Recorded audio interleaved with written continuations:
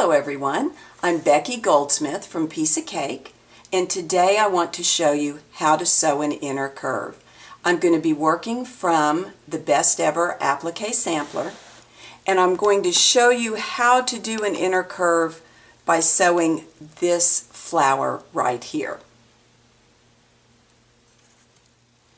This flower center is reverse appliqued. What reverse applique means is that I have cut through the orange fabric to reveal the blue fabric below. Let me show you how that's done. First, I took a piece of orange fabric and I traced around the outside of the shape and around the inside of this flower center. Next, I'm going to finger press this, turning the chalk line to the inside of the flower center. Now I'm going to do that so that the chalk is not visible on the top of the flower once I have sewn this. All right. Now let me pause and get this, the next step prepared. Alright, I'm all finger pressed, and I have a piece of blue fabric for the flower center. Now one of the things that will make this easier to sew is that the blue fabric is significantly larger than the hole I'm going to be cutting in the fabric.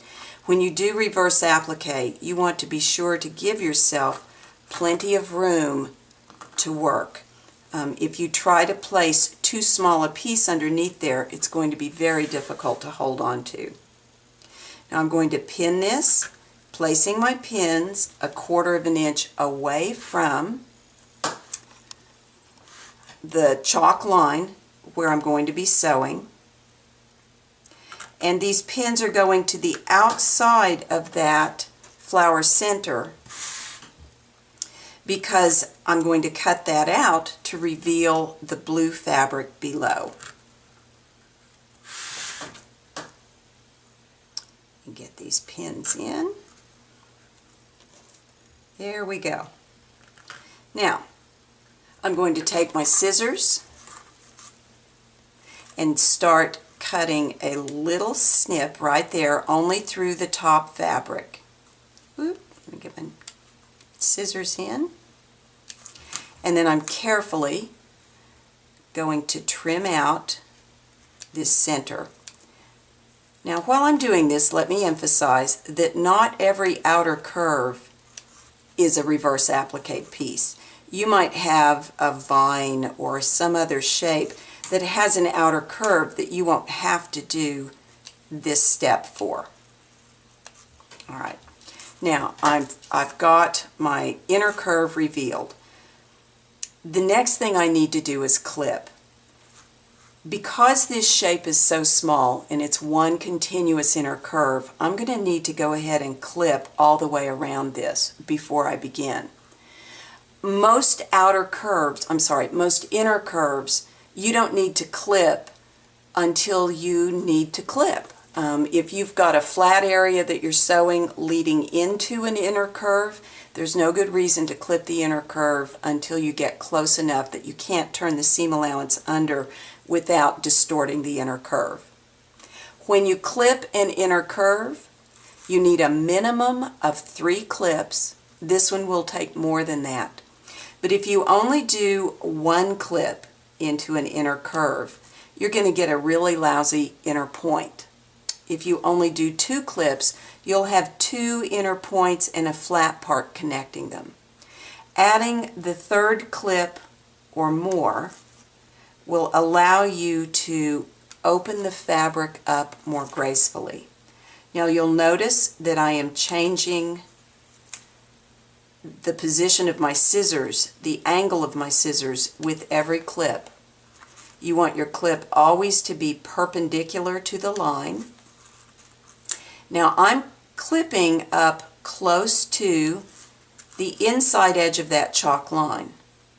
But where I'm going to turn the edge under is going to be on the far side of this chalk line.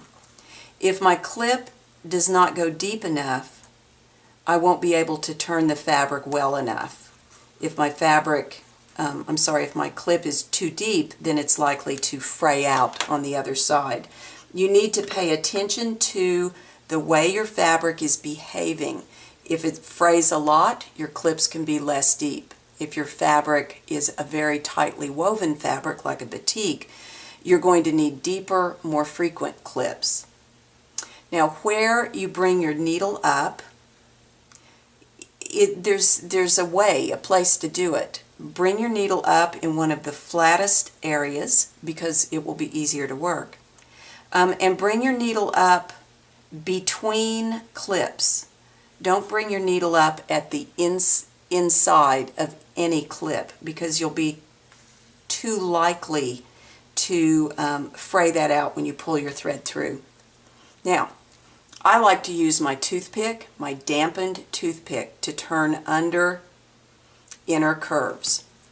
Now, because this has been finger pressed, I can come in advance of where I am and swoop in several of those segments all at once. And I'm going to take this out, and I probably shouldn't because it's going to make the fabric fray, but I want to show you what you don't want to do is turn under one segment and stretch out the base of that clip, and then turn under the next segment.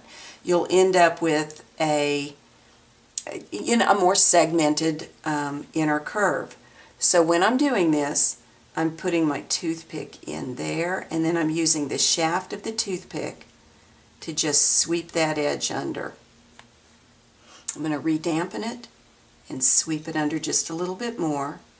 Now this is a long curve, and I can't sew the whole thing right now because I've got to sew where I am here. So I'm going to sew a little, and then as I need to, I'll turn under more of the inner curve. Just like that. Now when I'm sewing inner curves, I keep my stitches a little closer together than they might normally be, so my stitch length is a little bit shorter.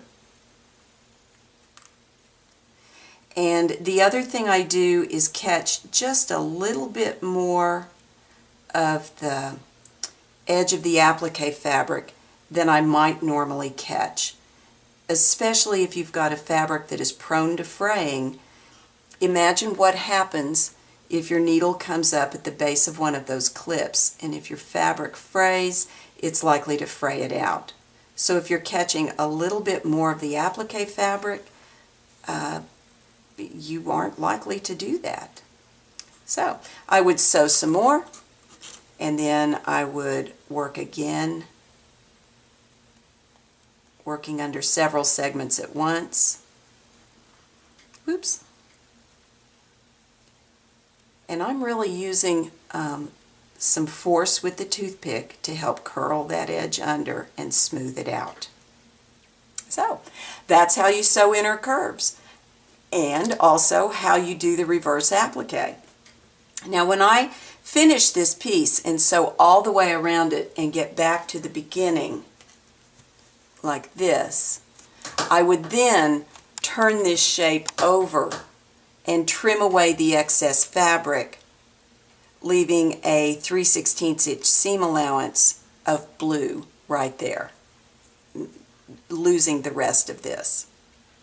So I hope that's helpful and that you enjoy sewing inner curves. Happy stitching!